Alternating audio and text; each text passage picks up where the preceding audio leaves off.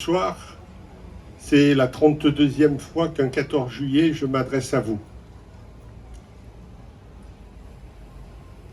Et au fil du temps, les événements font qu'ils guident les mots que j'ai à vous dire, ou en tous les cas les mots que je me dois de vous dire.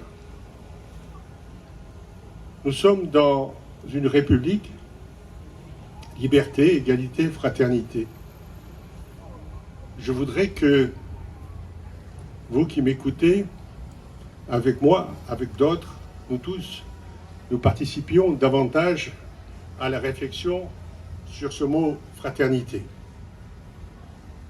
J'entends, je vois des choses qui me perturbent énormément. Je vois de la violence, je vois de l'incompréhension, je vois de la haine, et ce n'est pas ce que nous devons donner comme image à notre pays. La fraternité, pourtant, nous en avons toujours eu besoin, et nous en avons toujours besoin, au fil de l'histoire, mais aussi au fil des événements. Quand j'entends certains propos, je me dis, mais ces hommes et ces femmes qui tiennent de tels propos se rendent-ils compte que, à tout moment, ils peuvent avoir besoin d'une main tendue? Vont-ils regarder la religion de celui qui tend la main? Vont-ils regarder la couleur de la peau de celui qui leur tend la main ou qui va le soigner dans une période comme celle que nous traversons?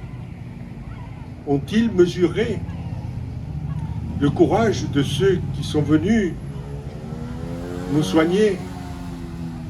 Ont-ils mesuré ce courage et ont-ils vu qu'il n'y avait pas de question ni religieuse, ni ethnique, ni quoi que ce soit?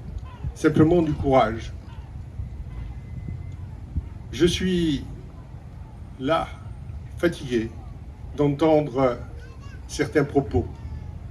Et en ce moment, il y a quelque chose qui me contrarie énormément.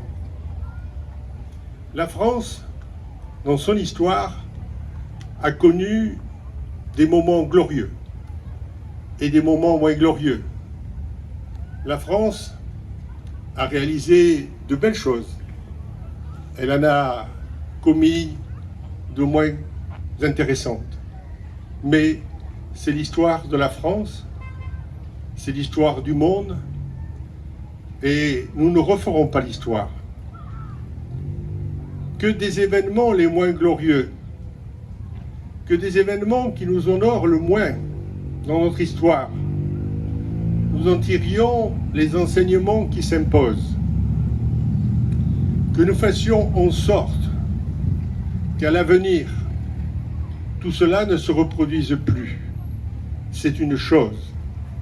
Mais quand j'entends certaines personnes nous dire qu'il faut déboulonner certaines statues, quand j'entends certaines personnes qui nous disent il faut faire repentance pour ceci et repentance pour cela, je leur dis écoutez-moi bien, il y a un proverbe qui dit quand le sage montre la lune, l'imbécile ne voit que le doigt.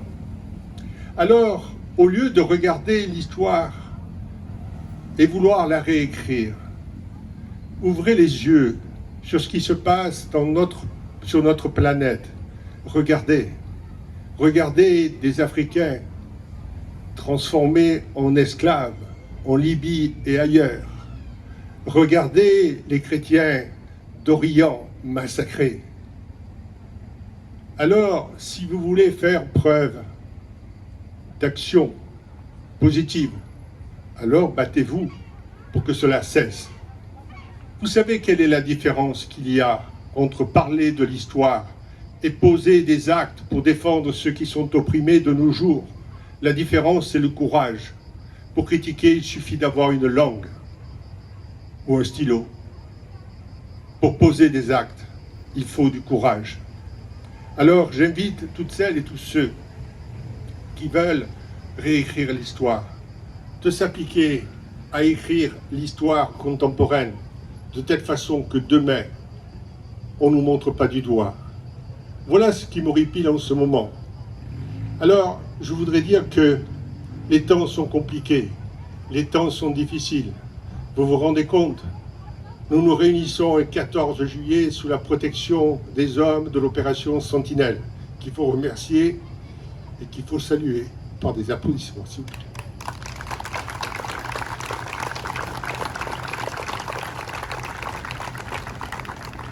Merci, jeunes gens, merci. Vous savez, ils portent une arme, ils portent une uniforme, mais eux-mêmes, leurs femmes, leurs mères, leurs familles, souhaitent qu'une chose, c'est que l'uniforme ne serve pas à autre chose qu'à préserver la planète de la paix. Alors je dis vive la paix, vive Sanary, vive la France.